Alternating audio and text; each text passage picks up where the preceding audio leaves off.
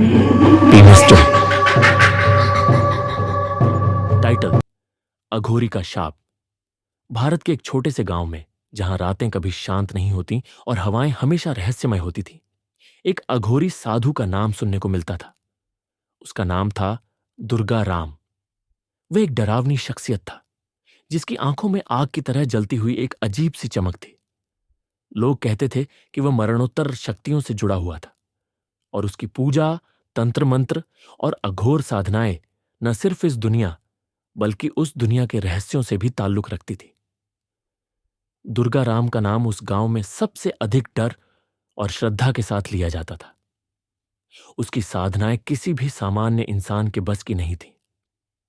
वह तंत्र मंत्र के माध्यम से मृतात्माओं को अपने वश में करता, भूत प्रेतों से संवाद करता और कभी कभी तो वह नष्ट हो चुकी देहों से भी शक्तियां प्राप्त करता।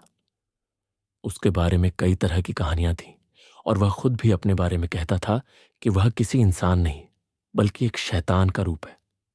गांव में एक पुरानी हवेली थी, जिसे लोग भूतिया मानते थे। यह हवेली कई सालों से वीरान पड़ी थी, लेकिन उसके चारों ओर हमेशा अजीब सी हवा बहती रहती थी। कहते थे कि उस हवेली में दुर्गा राम की साधना होती थी।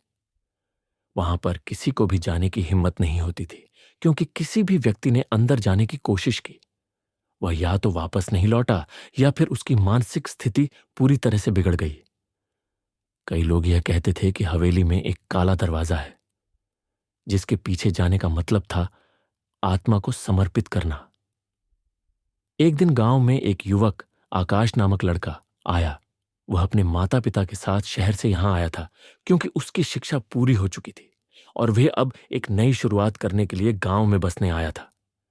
आकाश ने भी हवेली के बारे में सुना था, लेकिन उसके लिए यह सिर्फ एक कहानी थी।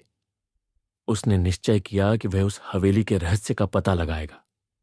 आकाश ने तय किया कि वह किसी भी हाल में उस हवेली में जाएगा और यह जानेगा कि वहां क्या है। अगले दिन सूर्यास्त के समय वह अपने कुछ दोस्तों के साथ हवेली की ओर चल पड़ा। हवेली के पास पहुंचते ही उसकी आत्मा में एक अजीब सी कंपकंपी दौड़ने लगी। जैसे जैसे वे हवेली के पास पहुंचते, हवा तेज हो गई और चारों ओर एक अजीब सी खामोशी छा गई। वह हवेली के काले दरवाजे तक पहुंचा। दरवाजा जंग खा चुका था और उसकी आवाज में एक अजीब सा गूंज था। आकाश ने धीरे से दरवाजा खोला और भीतर कदम रखा। अंदर घुसते ही उसने देखा कि पूरी हवेली अंधेरे से भरी हुई थी, जैसे समय ने यहां की घड़ी रोक दी हो। अचानक उसे एक आवाज सुनाई दी, कौन है जो मेरे दरवाजे तक आया है? आकाश ने पीछे मुड़कर देखा, लेकिन वहां कोई नहीं था।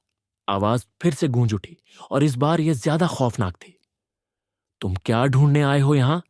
मेरी शक्ति, मेरी साधना या फिर अपनी मौत? आकाश के दिल की धड़कनें तेज हो गईं। उसके दोस्तों ने भी घबराकर एक दूसरे की तरफ देखा। उनकी समझ में नहीं आ रहा था कि यह आवाज कहां से आ रही है। आकाश ने हिम्मत जुटाकर कहा, मैं यहां सच जानने आया हूं।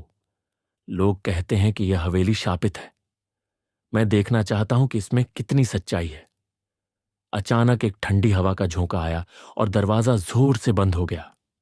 सबकी चीखें हवेली की दीवारों से टकराकर गूंज उठी। बाहर निकलने का रास्ता बंद हो चुका था। अब वे सभी हवेली के अंदर फंसे हुए थे।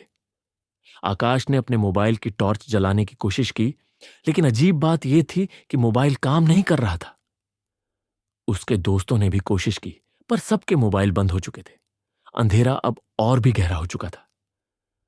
हमें यहां से निकलना चाहिए, आकाश के दोस्त राहुल ने घबराते हुए कहा।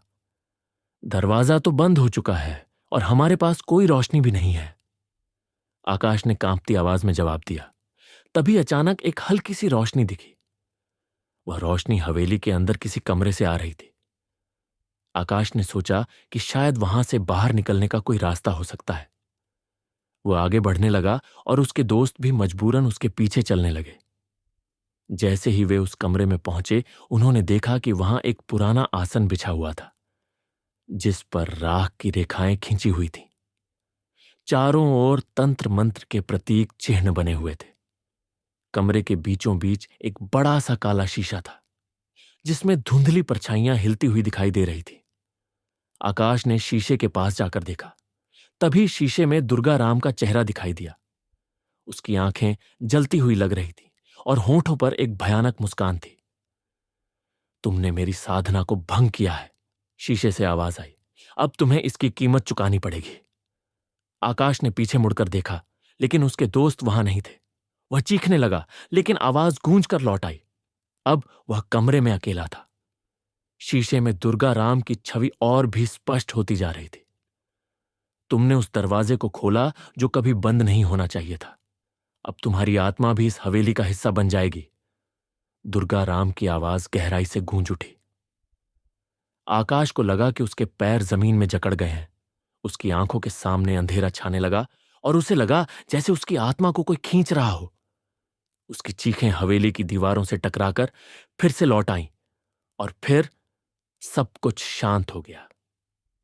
अगले दिन गांव वालों ने हवेली के पास आकाश और उसके दोस्तों के जूतों को देखा, लेकिन वे लोग कहीं नहीं थे। लोग कहने लगे कि हवेली ने फिर से किसी की बलि ले ली है और दुर्गा राम की वे आग भरी आंखें आज भी उस शीशे में कैद होकर हवेली की पहरेदारी करती हैं।